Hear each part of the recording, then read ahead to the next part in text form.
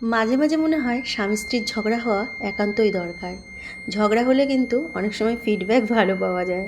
নমস্কার বন্ধুরা, মনের স্বাদ খাওয়ানে সকলকে অনেক অনেক স্বাগত জানাই। আশা করছি সবাই খুব ভালো আছেন আর আমিও ভালো আছি। আমার আগের দিন রাত্রে প্রচুর ঝগড়া হয়েছে আমার হাজব্যান্ডের সাথে।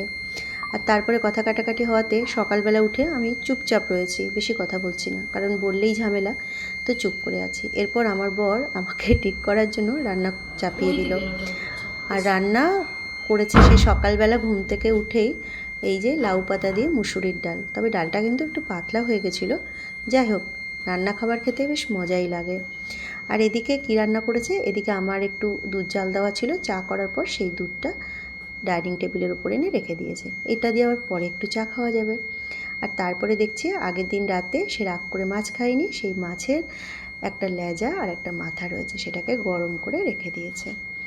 তো তারপরে দেখি কী রান্না করেছে, তা এগুলো কিন্তু সব সে রান্না করে ঢেকে ঢেকে রেখেছে। সব কিছু দিয়ে একটা তরকারি করেছে, গাজর, বিনস, আলু সব কিছু দিয়ে একটা তরকারি করেছে শুকনো শুকনো করে। আর তারপরে 3টে আটার গোল্লা ছিল, সিদ্ধ আটার গোল্লা, সেই দিয়ে রুটি 3টেও বানিয়ে রেখেছে। এই যে রুটি 3টে বানিয়ে রেখেছে, কারণ আমার ঘরে রুটিও লাগে। আর তারপরে এই যে জল ভাত, অনেকগুলো ভাত, সে রাগ করে ভাত খায়নি, তো ভাতগুলো ছিল জল ঢেলে রেখে দিয়েছে, তাই জন্য সে আর গরম ভাত করেনি। ব্যাস এই দিয়েই আজকের দিনটা চালাবো। দিনটা বলতে একটা বেলা, আবার বিকেলবেলা রান্না করতে হবে। আর রান্না কিন্তু সকালবেলা একবার ঠিকঠাক করে না করলে বিকেলে কিন্তু আবারও রান্না করতে হয়, এই একটা সমস্যা। আর সেই কারণে আমি কিন্তু সবসময় চেষ্টা করি সকালবেলাটা বেশ ভালো করে জুতজাত করে একটু বেশি করে রান্নাটা করে রাখতে। তাহলে সকালে বেলাটা যে 10টার সময় খাওয়াটা হয়, দুপুরবেলাও কিছু একটা খাই, রুটি করে খাই বা পাউরুটি দিয়ে খাই, যাই হোক তরকারি টরকারি দিয়ে খাই, সেটাও হয়ে যায়। আর রাত্রিবেলাটাও কিন্তু হয়ে যায়, গরম গরম দুটো ভাত বা রুটি করলেই হয়ে যায়, আর ঝামেলা করতে হয় না। তো যাই হোক, যাই করেছে রান্না খাবার খেতে কিন্তু বেশ মজাই লাগে, সেটা যাই হোক না কেন। তো এই যে জল ভাতটা আমি আর সে খাবো, মামও একটু খাবে, আর রুটি আছে সাথে, ওই দিয়েই খাওয়া হয়ে যাবে, অনেকটাই ভাত আছে। তো তারপরে তাকে খেতে দিয়ে দিলাম, ভাত দিলাম আর সাথে তরকারি যা যা করেছে সব দিয়েই খেতে দিলাম। আর তারপরে নিজের জন্য ভাত বেড়ে নিচ্ছি, কারণ আমার জল ভাত খেতে বেশ ভালো লাগে। কাঁচা পেঁয়াজ, কাঁচা লঙ্কা, একটু সর্ষের তেল, বেশ ভালো লাগে, খুব ভালো লাগে গরমের দিনে কাঁচা পেঁয়াজ।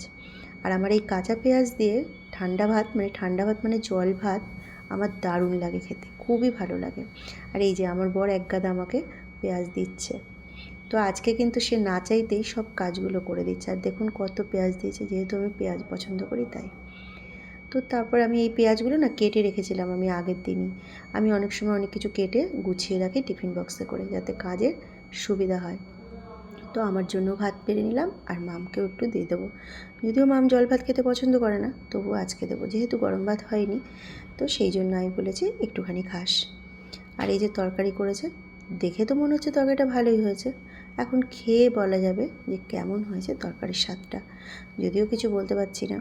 তো ঠিক আছে, তরকারিটাও নিয়ে নিলাম। আর তারপরে ডালটা কিন্তু আমি খাবো না, কারণ ডালটা দেখে আমার খুব একটা ভালো লাগছে না। আর এদিকে আমি 3টে ডিম সেদ্ধ বসিয়ে দিয়েছি, এই যে 3টে ডিম সেদ্ধ হচ্ছে।